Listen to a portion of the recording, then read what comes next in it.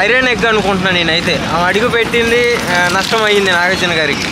Bro Bigg boss 8 నుండి నాగార్జున గారిని తప్పించాలంటున్నారు కదా, సో దాన్ని మీరు ఎలా చూస్తున్నారు? తప్పించాలి అంటే ఆల్రెడీ ప్రోమో రిలీజ్ చేసాడు కాబట్టి ఇప్పుడు ఛాన్సెస్ లేవు అనుకుంటున్నాను. ప్రోమో రాకముందు అయితే కనుక ఏమన్నా తప్పియడానికి అవకాశం ఉంటుంది. ప్రోమో వచ్చిన తర్వాత అవదేక. ఓకే, అంటే ఇప్పుడు ఏ ఎన్ కన్వెన్షన్ ఇష్యూ ఏదైతే ఉందో నాగార్జున గారి హోస్టింగ్ మీద ఇంపాక్ట్ పడే ఛాన్స్ ఉంది అనుకుంటున్నారా? అది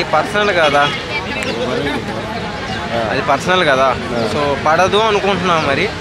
మరి ప్రజలు ఏమనుకుంటారో మరి కామెంట్స్ చూడాలి. Okay bro, Bigg Boss contestant list అయితే కొంతమంది వచ్చి రీతి చౌదరి అని, తేజస్వి అని చాలా మంది అయితే పేర్లు వినిపిస్తున్నాయి బయట. సో ఎవరు వస్తే బాగుంటుందని అనుకుంటున్నారు మీరు? మీ ఫీలింగ్ ఏంటి?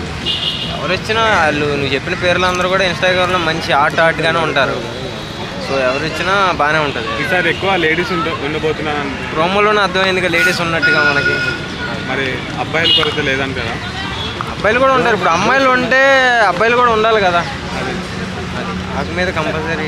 అంటే ఎన్ కన్వెన్షన్ ఇష్యూ ఏదైతే ఉందో, సో అది బిగ్ బాస్ హోస్టింగ్ నాగార్జున గారి మీద పడే ఛాన్స్ ఉంది అంటున్నారు. సో హోస్టింగ్ తప్పించాలంటున్నారు. మీరు ఎలా చూస్తారు దాన్ని? అంటే దానికి ముందు ఉన్న ప్రభుత్వం ఉన్నప్పుడు కూడా అది ఉంది. మరి వాళ్ళు ఏం చేయలే. ఈ ప్రభుత్వం వచ్చాక కూల్చారు. అంటే వాళ్ళకి డీల్ కుదరక కూల్చారా ఏంటని మరి అది అర్థం కాలేదు పాయింట్. ఇంకోటి అది గవర్నమెంట్కి సంబంధించినవి కాబట్టి కూల్చారు. Okay, secondary. అక్కడ కూల్చడం వల్ల నష్టం. అంటే రెండోది ఏంటంటే నాగ చైతన్య గారు రెండో చేసుకుంటాం మనం అందరం చూసింది ఎంగేజ్మెంట్. ఐరన్ ఎగ్ అనుకుంటున్నాను నేనైతే. అడుగు పెట్టింది నష్టం అయ్యింది నాగార్జున గారికి. సో నేను అది అనుకుంటున్నాను.